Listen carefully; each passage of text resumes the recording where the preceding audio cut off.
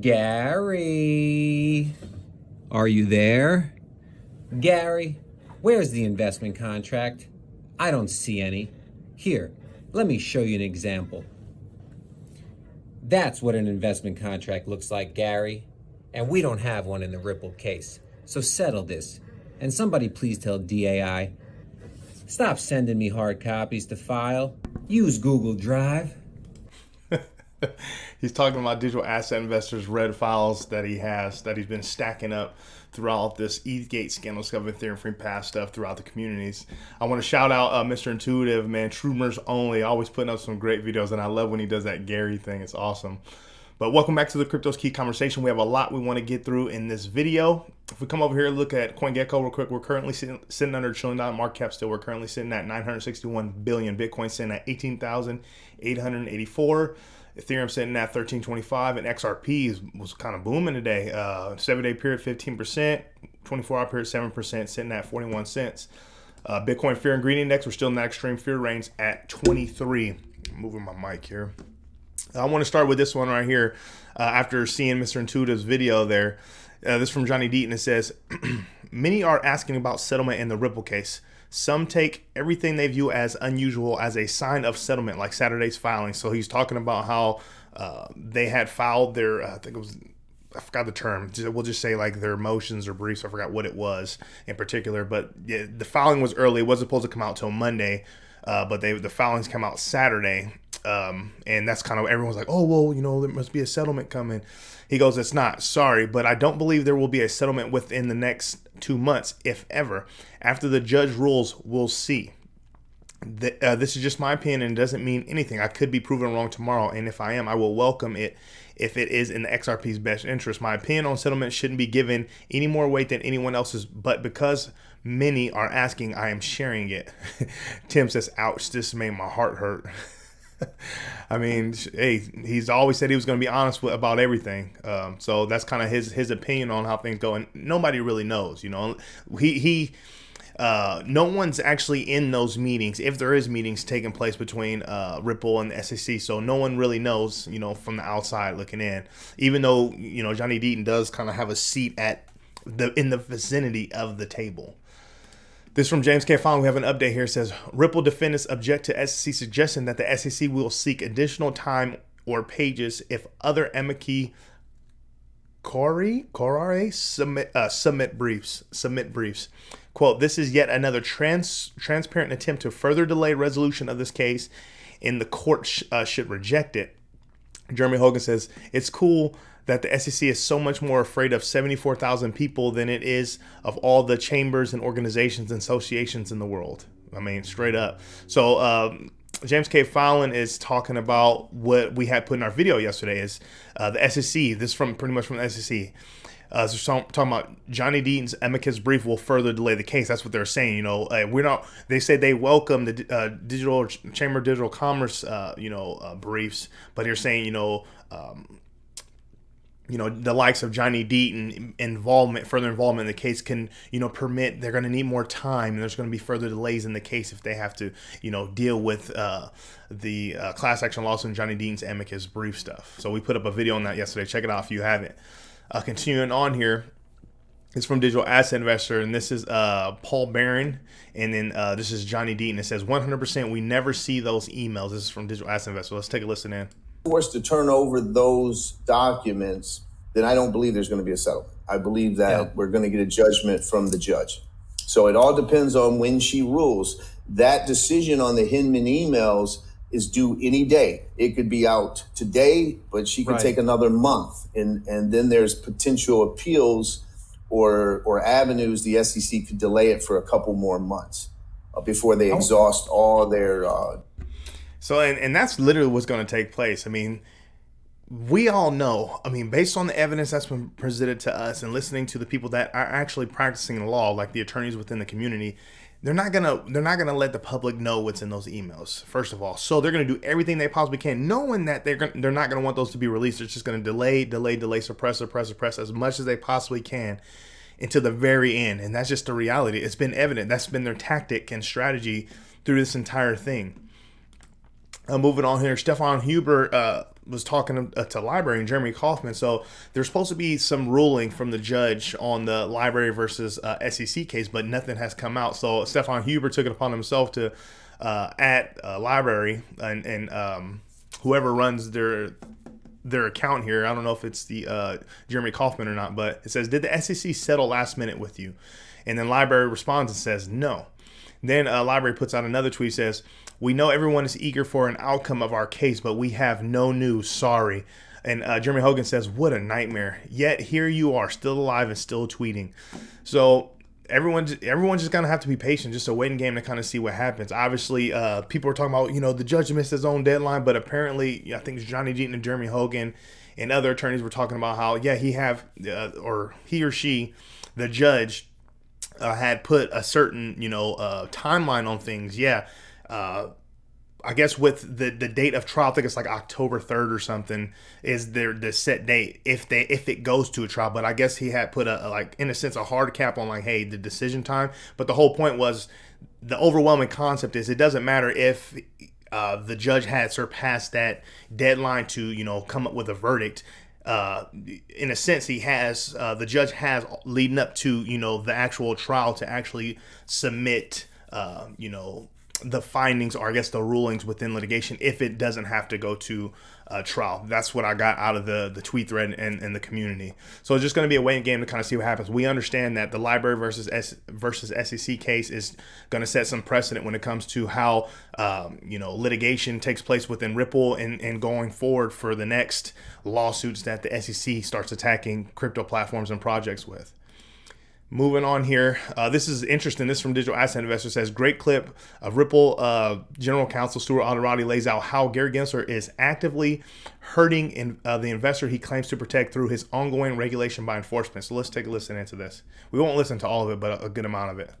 That ultimately you're hurting. It's kind of low. Retail holder of this asset. 1 in 5 Americans have either hold, own, or have interacted with crypto.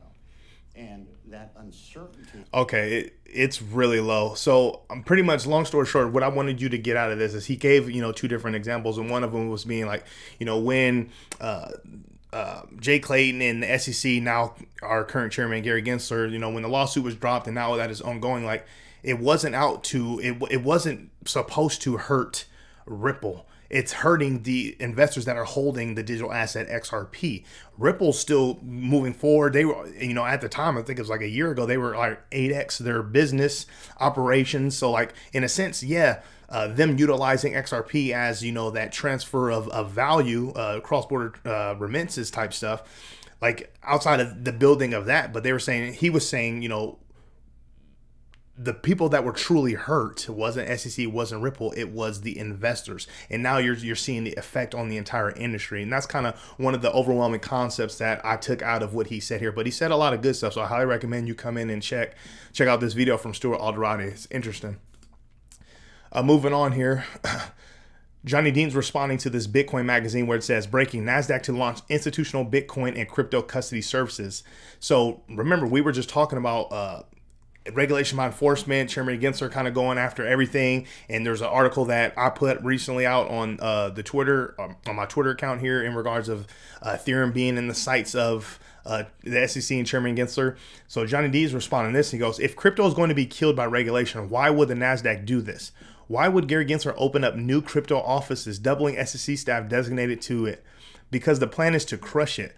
Let his incumbent friends buy, i.e. in a still, meaning still market share, and then become reasonable. So he's saying, almost like how JP Morgan and those major whales and institutional players out there that were saying negative things, Bitcoin's this, Bitcoin's going to zero, it's a scam, crypto's a scam, but in the background they're accumulating as that fear has been created, as those prices are being suppressed. So that's what Johnny Deaton's saying here is Chairman Gensler and the SEC's tactics is to beat it down to a pulp, to where most people meaning us, the so-called investors that they're set out to protect, crush us to where the markets are down, everyone's scared, fearful of everything.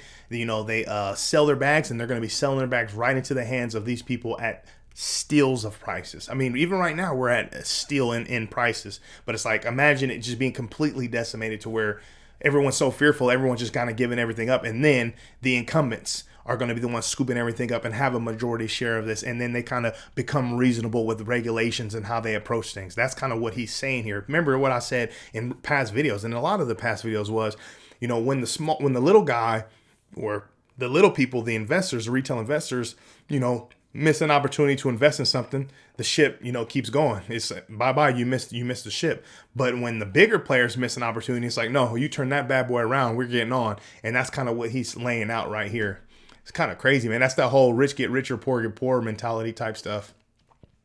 So here's what I was talking about. It says SEC claims all Ethereum falls under U.S. jurisdiction. Look at that face. Oh, man. And this is the same person, I mean, which is crazy. This is the same person when he was teaching at MIT talking about, you know, when it comes to the Howey test, Ethereum, you know, when they had their ICO or whatever, falls under to this. It fulfills, it satisfies the Howey test, meaning it's a security, but couldn't come out over these past 2 years and directly say whether Ethereum was a security, whether it was a security or not. But then behind closed doors, you're telling, you know, certain people that are in the circle, like, oh, no, that's a commodity. But now you're saying that it falls in the U.S. jurisdiction based on the centralization of nodes because the majority of it's in the U.S. Absolutely crazy, man. This Chairman Gensler and the SEC, it's crazy. What's nuts is like how much longer are they going to be able to get away with this when it comes to this conflicts of interest and this corrupt tactics and overreaching, overregulation by enforcement tactics? Like, how long is Congress and, you know, the likes, the powers that be, going to allow this to happen? Or are they a part of it all? Is this all a part of it to suppress, or just not even suppress, just hold it back long enough for regulations to come out and the big players to scoop up a majority of the share, majority share of this crypto space and kind of move forward from there? Crazy, because there's been thousands of people, of good, hardworking citizens out there that literally lost everything, whether they've sold out of fear, their accounts got locked, exchanges got robbed, rug pulls, just a whole bunch of crazy stuff that's happened. But they're coming after solid projects, but they won't go after the Do Kwans and the Terra Lunas of the world, the Celsiuses of the world. Crazy. Now he's talking about, the SEC's talking about going after crypto influencers, which there's some positives there because there's been a lot of shady actors out there that weren't disclosing they were getting paid to shield certain projects, and just a lot of, you know, rug pulls with NFTs and a lot of the shady stuff. I mean, those are the people that do need to be, you know, investigated at least, you know, but, you know, they're going after people that are trying to do the right thing.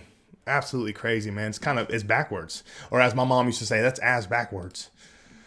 Hopefully this is loud enough, but this is interesting because Charles Gasparino had put up a tweet talking about, you know, never, you know, don't forget who, you know, pretty much who was covering this stuff first. So we're talking about Fox Business with, God, why am I blanking? I blank on her name every time, but we're talking about Charles Gasparino and his, the co-host of her show, forgot her name, and then Eleanor Terrett.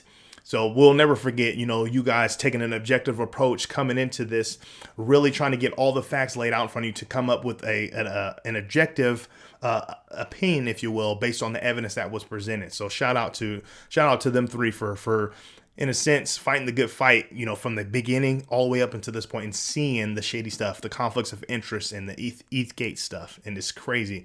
So now you have Bloomberg Crypto covering some stuff, and it's crazy because now they're coming out because Chairman Gensler has the Ethereum 2.0 or consensus layer, you know, on their radar now. So he's talking about Gary and staking in ETH 2.0 says the post-merge Ethereum network. Let's take a listen into this.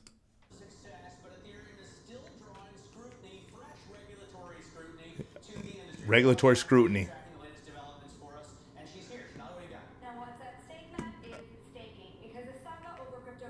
All right, so staking's at stake says post-merge scrutiny. Then that's the article we just popped. It says Gensler raises concerns over, quote, staking model on Ethereum. Staked tokens can be considered securities by the SEC.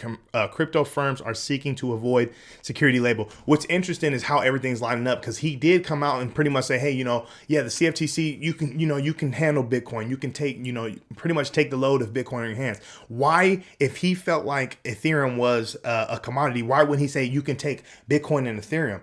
But like now they converted to ETH 2.0 or consensus layer with this whole proof, going from proof of work to proof of stake. Now, oh, you're in our sights. We were just waiting. We were going to let you do that. So pretty much it seems like they fell into a trap. It's going to be a waiting game to kind of see what happens. Let me listen and see what else she says. Continues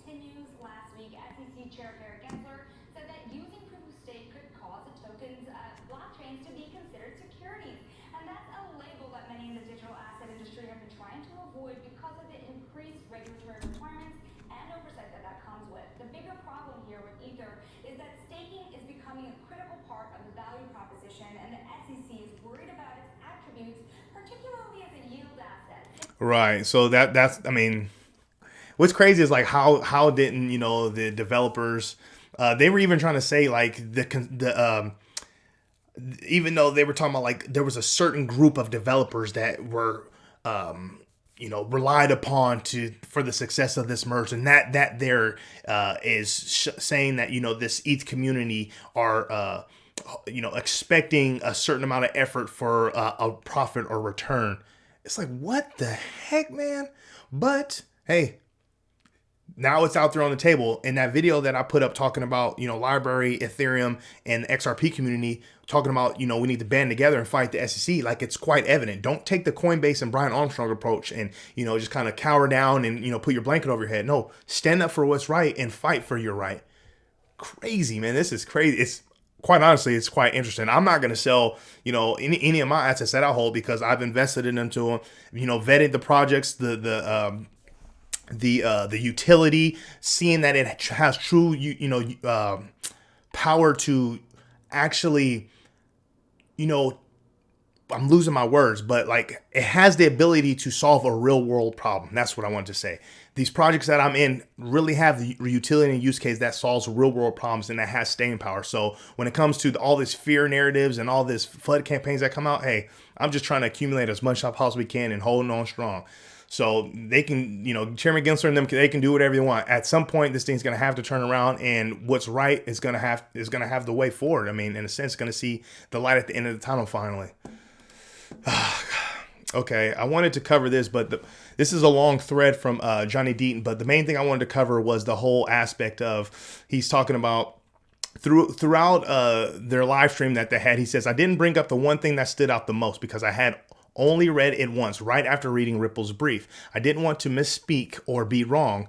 I now read the SEC Gov's brief a second time. So he's coming down here and says, what without a doubt is the most glaring thing missing from the SEC's motion from summary judgment, the SEC does not rely on a single expert. There is no SEC expert testimony attempted to prove price correlation between the efforts of Ripple and the price of XRP, which is absolutely crazy because one of their major arguments is like, there's a forgot the word. It's a common enterprise. These investors of XRP are, you know, relying on the efforts of others, meaning like Ripple and the devs or whatever, to gain a profit. They're relying on efforts, but it's like you don't put any experts that talk about the price correlation. And what's crazy is there was a lot of speculation and conversation that's been happening in the community talking about how, you know, why is there all these Ripple and XRP, you know, we're talking about Ripple gaining, you know, more banks onboarding and businesses onboarding, and, you know, you're talking about developing an XRP and all these different things are happening, but the price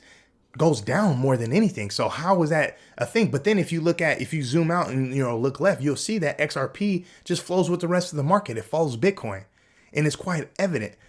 So it's interesting that they don't use any of the experts to prove that, because they're not going to be able to. But that's one of the arguments that they're saying. The XRP investors are relying on the efforts of others. So then Moon Lembo had put this up, which I thought was interesting. He says, has anyone else noticed that XRP and XLM 7-day charts look exactly the same? So look at this. I mean, this isn't a surprise to us. You know, if you've been following Blockchain Backer and, you know, TA guys that actually, you know, cover XRP and XLM, and, you know, they don't just cover Bitcoin itself. They cover a little bit of everything. I mean, you can kind of see like it's the same thing. These are very similar projects in a sense of like, you know, what they're trying to solve or whatnot. But if you look at the comparison and correlation in relation to Bitcoin, everything follows the market. And if they're similar projects in a sense, you know, they're obviously going to have the same, you know, in a sense. Look at this. I mean, it's not exact, but man, that's a trip, huh? I had to put that up there. Shout out Moon Lambo for that. I wanted to put this up from Blockworks. Says Robinhood announces the listing of USDC. So, hey, you know, more eyes on the crypto market, even though that's a stable coin. But hey, there you go. That's the update I have for you. I've been talking all day, man.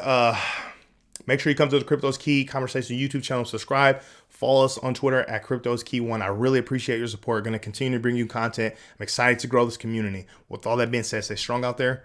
Be safe.